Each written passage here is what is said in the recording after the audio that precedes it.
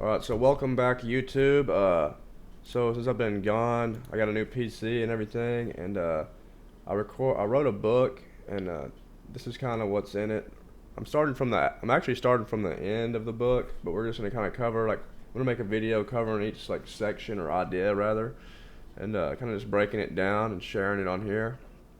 So um, yeah, I'm gonna link the book or whatever in the description. It's like $1 online, or you can just actually I have it to where you can just go to this link in it for free, and you can just read it on here. But anyway, this is the last edition because this book is kind of like my notes. Really, it's like kind of like notes turned into a book, and it still has to be reworked. I'm just adding to it.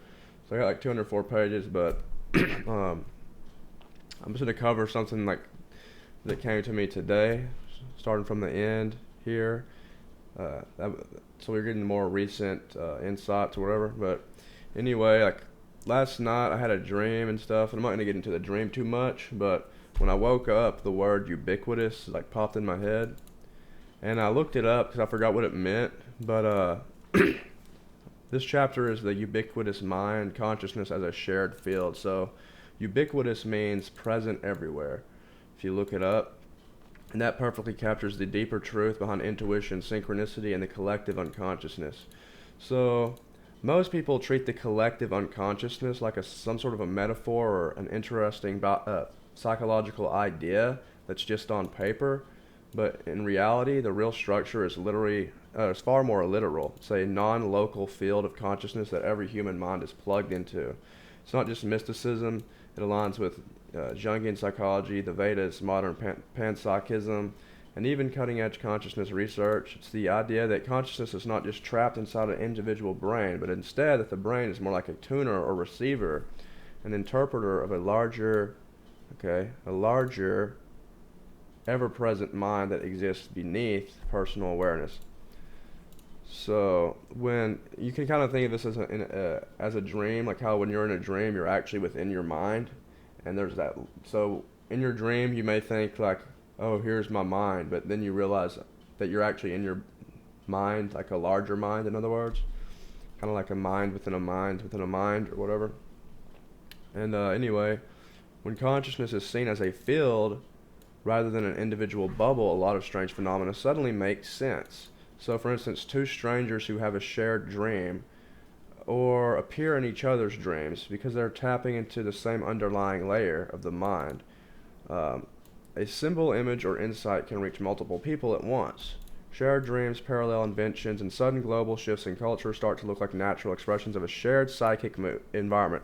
This is why you also see like cave paintings across different continents around the world that all mention the same events, like a flood or and I guess that could be physical. That's not really the greatest, but they'll have like shared, myths and everything, and that's why a lot of mythology seems to like mirror each other. Like, Egyptian, not really that, but like you can take like Native American myths and like look at them, and like mirrors a lot of stuff that happened in like Asia and stuff. So that's an example of that. Even dreams that often deliver information that a person never consciously learned. For instance, hearing a foreign word in a dream, like this has happened to me a lot, where I hear like Spanish or Japanese or Sanskrit.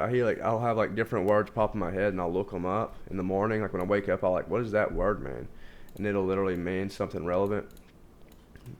Meaning, basically, there's no way that word was in my mind. I never studied that stuff. I never I never heard the word in my life, and I'll look it up.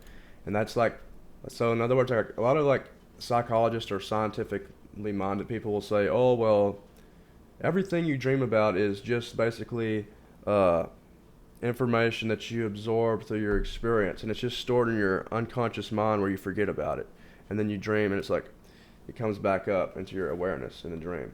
But that doesn't explain, though, when it's like, well, I've never had any experience with that whatsoever.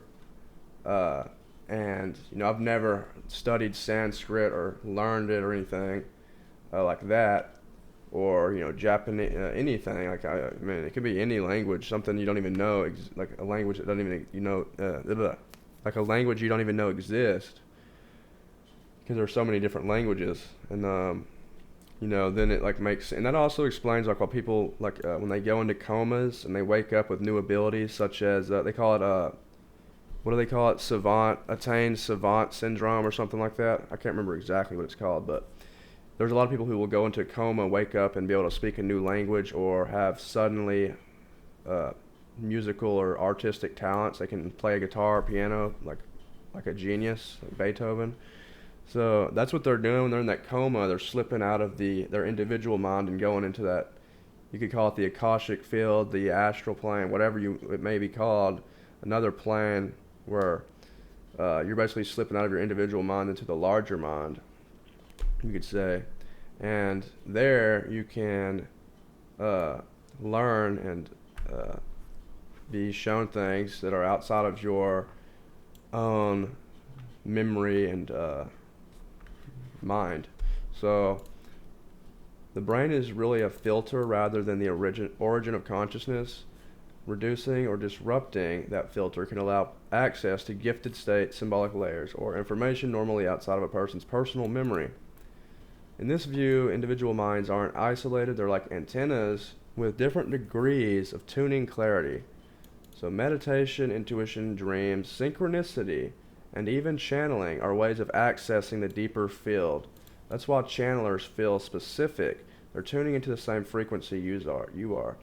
That's why some people may be attracted to certain channelers or mystics, because you may be like aligned with them, and their message that they're drawn from may be, I guess, on the same radio frequency, you could say.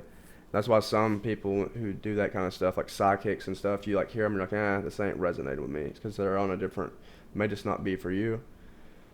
They're not tuned into that same area of the unconscious mind, you could say. And the way you can look at this is like in your own dreams, there's symbolism and synchronicity and stuff, or like in the same way you see in your own dreams, there's symbols of things that mean stuff to you. And then you go into the external world here, as it appears, and you have synchronicity and signs, where it's like, wow, that's coincidental. Wow, I'm seeing that a lot. Or maybe you have a dream and then it comes true the next day in reality or in the real world, and you have all that synchronicity going on.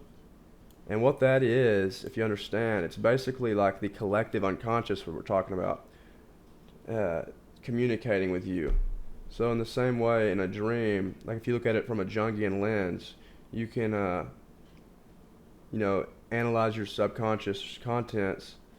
You can do that on a larger scale with the world outside of you, because life is a dream. So if you look at life as a dream from a Jungian lens, the stuff will like click a lot easier and make sense. So this model explains the things that materialist worldview cannot, such as intuition, synchronicity, shared dreams, sudden insights, déjà vu, symbolic downloads that you see, like people get downloads where they just seem like they know something, and that's happened to me too. And it happens to a lot of people, really. Like when you just, I know that's going to happen. I know this is going to be bad. Like I remember I used to go partying when I was younger in high school, and I could tell, like before I even went out, I knew if it was going to be a good night or not. And like it was like not so much a self-fulfilling prophecy, but I literally knew, like if I was like, I could feel it. It's like a feeling, like a knowing, creative breakthroughs, mysterious new abilities after comas, while certain messages, symbols, or numbers follow you. So the non-local consciousness model doesn't require belief. It matches lived experience. So in simple terms, consciousness is the whole field, the mind is a receiver, and dreams and intuition are direct channels.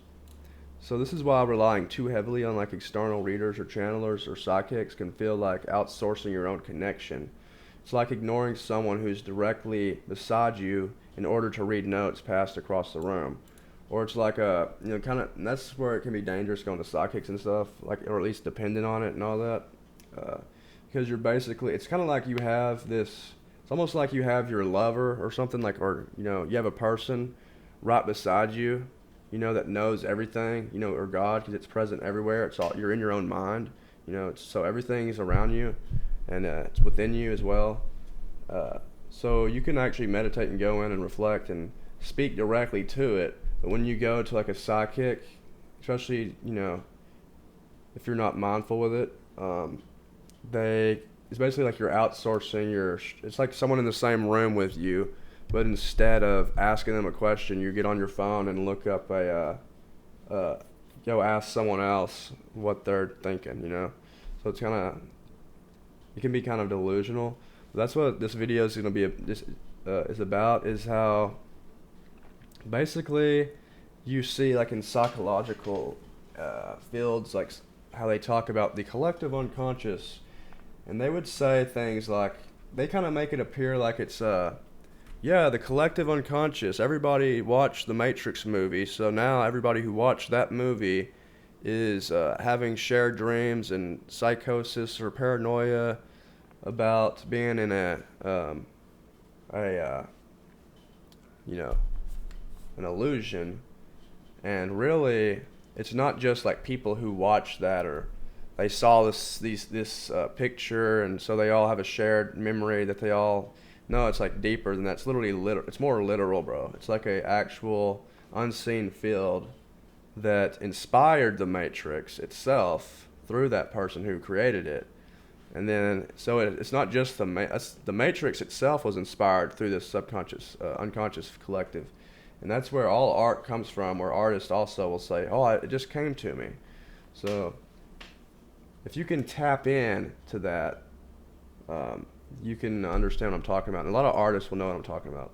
But and if you freestyle rap or anything, you could be drawn from the collective unconscious shadow or the conscious. That's where, you know, so it doesn't have to be pure necessarily or good, or it can be neutral or bad, but that's what you're doing, is drawing from that. That's what channeling is and all that stuff. So that's what I wanted to say, is about basically that the unconscious or the collective unconscious is literal in a larger macro sort of way. And if you take Jungian psychology and apply it to not just your individual mind, but to the world at large as one mind, things will start to make a lot more sense. And it actually does align with like Hindu Advaita Vedanta and Kashmir Shaivism, or, you know, all sorts of like Hindu and Eastern philosophies and belief systems. So yeah, that's going to be the video for today, because I got to keep it under 15 minutes, because this channel won't let me record over 15 minutes. So we're going to keep them short. On this channel, I have another channel at Daniel Nicholson 25 that you can go check out, where we will go more in depth on this stuff, like an hour long. But that's going to do it for this video. So thanks for watching, and y'all have a good day.